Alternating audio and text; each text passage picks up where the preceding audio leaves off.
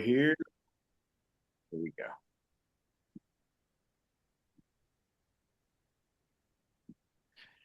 Well, hello, everybody. Welcome to the great histories and personalities of many, many, many thousands of years ago in the great Vedic literature. Actually, these literatures are timeless and eternal. And tonight we have the privilege to read the prayers of the personified Vedas. And I just wonder, has anybody any idea who the personified Vedas are and how they came into being? Does anybody know anything about it? You're going to find it very interesting. Did you know that the personified Vedas existed before the manifest universe? Did you know that they came from the breathing of the Lord?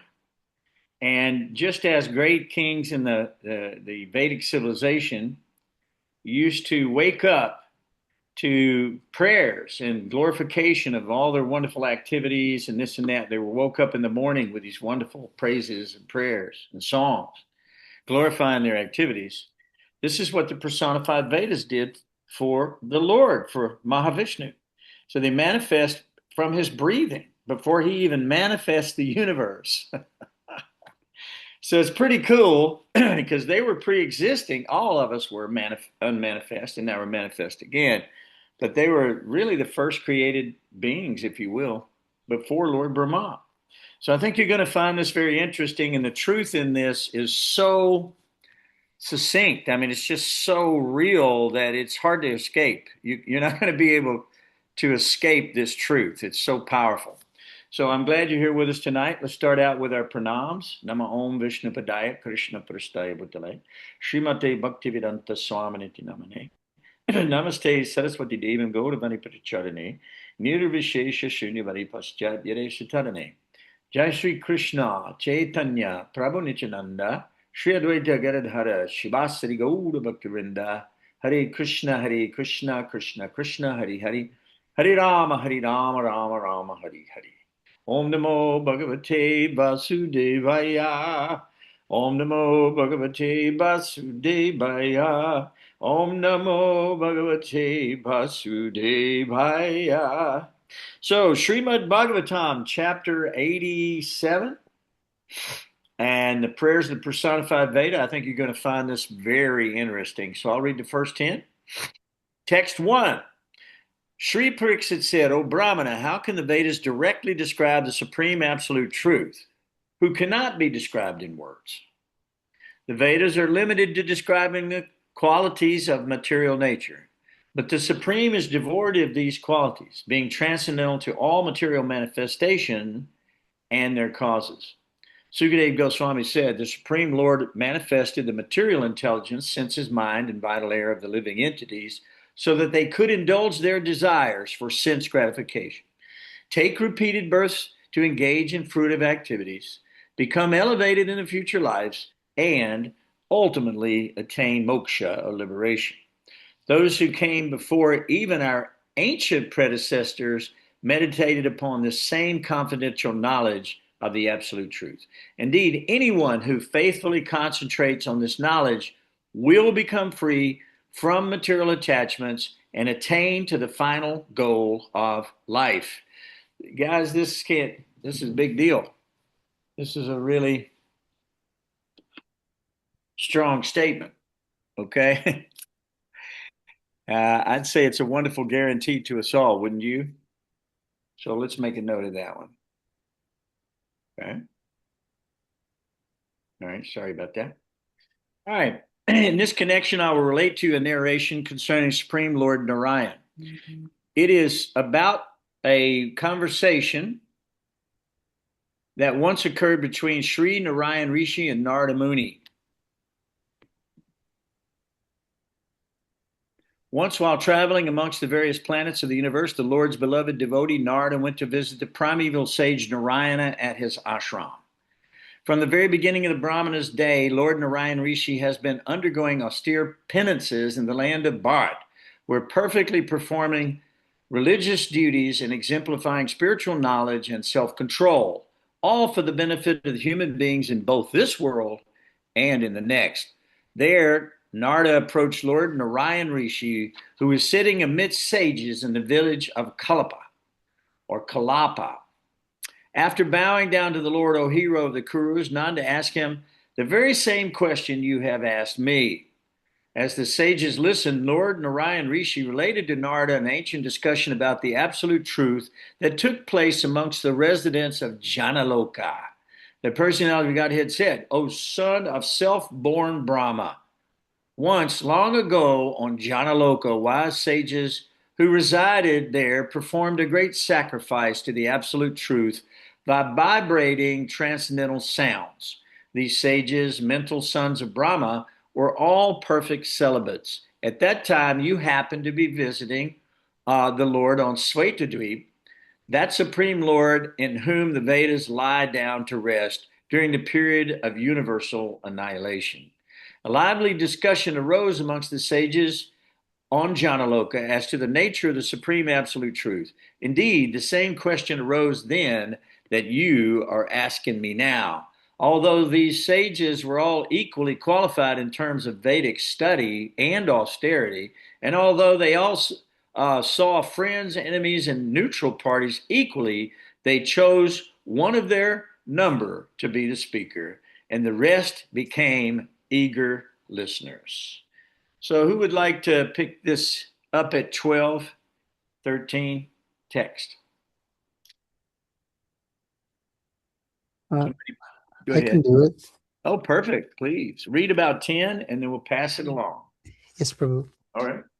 Text 12:13. Shri Sanandana replied, after the Supreme Lord withdrew the universe he had previously created, he lay for some time as if asleep, and all his energies rested dormant within him. When the time came for the next creation, the personified Vedas awakened him by chanting his glories, just as the poets serving a king approach him at dawn and awaken him by reciting his heroic deeds. Text 14. The Shruti said, victory, victory to you, O unconquerable one. By your very nature, you are perfectly full in all opulences. Therefore, please defeat the eternal power of illusion, who assumes control over the modes of nature to create difficulties for conditioned souls.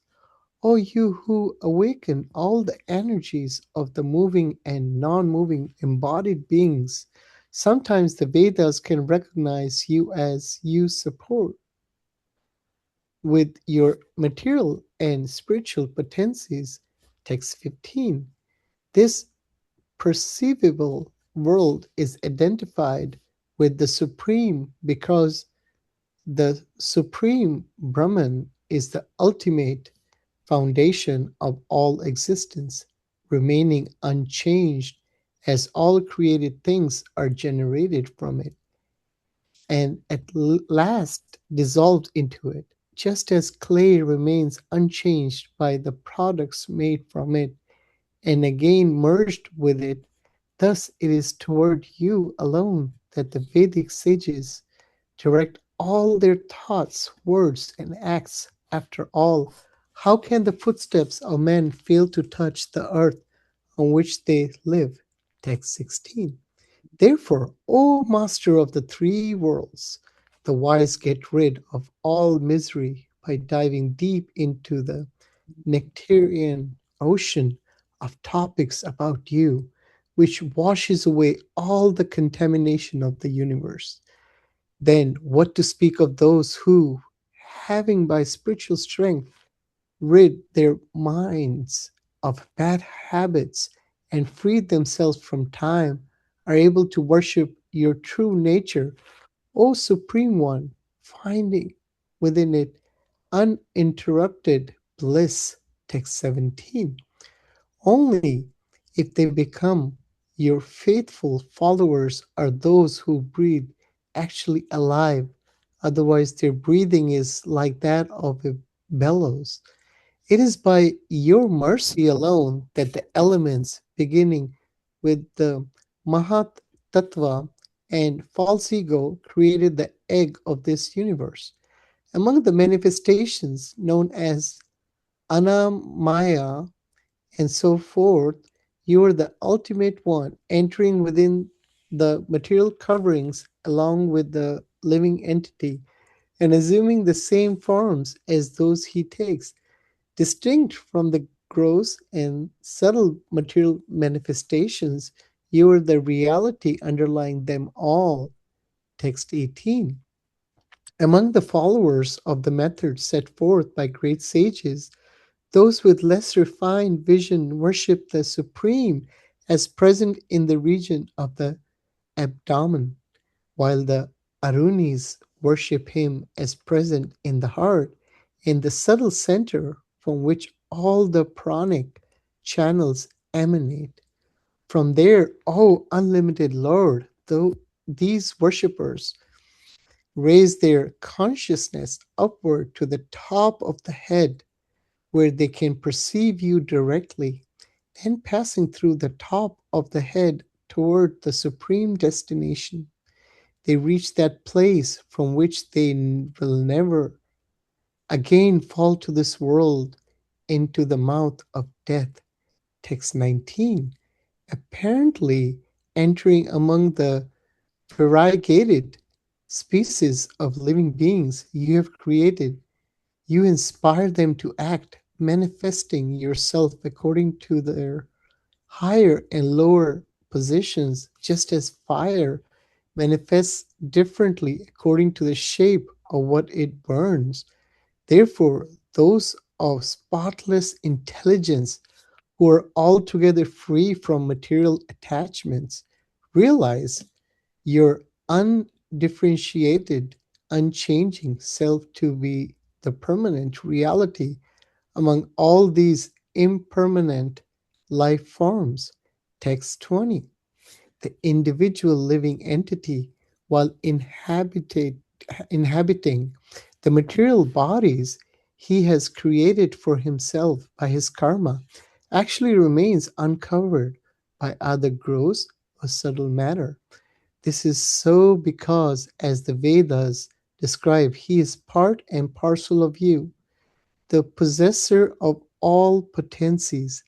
Having determined this to be the status of the living entity, learned sages become imbued with faith and worship your lotus feet, to which all Vedic sacrifices in this world are offered, and which are the source of liberation. Text 21.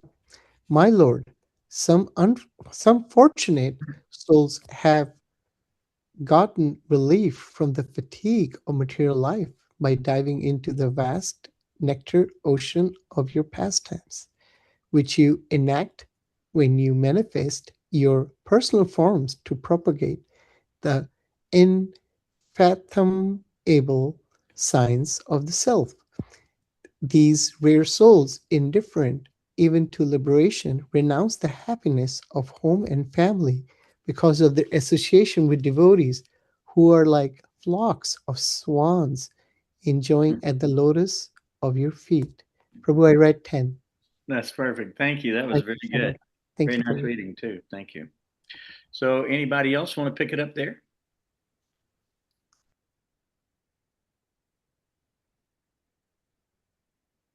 How about you, Ranga? Marie, you want to read? Yeah, I can. Do you want me to or Marie? Well, whichever one, whoever wants to jump quickly. Ah, I can read. look, everybody's jumping now. I love it. I love it. All right. Whoever wants it, really go. Okay. Text 22. Yep. 21. Oh, sorry. My Lord, some fortunate souls have gotten relief from the fatigue of material life by diving into the vast nectar ocean of your pastimes, which you enact when you manifest your personal forms to propagate the unfathomable science of the self. These rare souls, indifferent even to liberation, renounce the happiness of home and family because of their association with devotees who are like flocks of swans enjoying at the lotus of your feet. When this human body is used for your devotional service, it acts as oneself, friend and beloved. But unfortunately, although you always have show mercy to the conditioned souls and, and affectionately help them in every way, and although you are their true self, people in general fail to delight in you.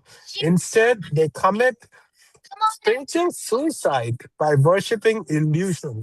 Alas, because they persistently hope for success in their devotion to the unreal, they continue to wander about this greatly fearful world, assuming various degraded bodies. Simply by consistently thinking of him, the enemies of the Lord attain the same supreme truth whom sages fixed in yoga worship by controlling their breath, mind, and senses. Similarly, we Shrutis who generally see you as all pervading will achieve the same nectar from your lotus feet that your consorts are able to relish because of their longing attraction to your mighty serpentine arms. And you look upon us and your consorts in the same way. Everyone in this world has recently been born and will soon die. So, how can anyone here know him who exists prior to everything else and who gave rise to the first learned sage, Brahma, and all subsequent demigods, both lesser and greater? When he lies down and withdraws everything within himself, nothing else remains. No gross or subtle matter or bodies composed of these, no forces of time or revealed scriptures. Text 25. Supposed authorities who declare that matter is the origin of existence, that the permanent qualities of the soul can be destroyed, that the self is compounded of several aspects of spirit and matter, or that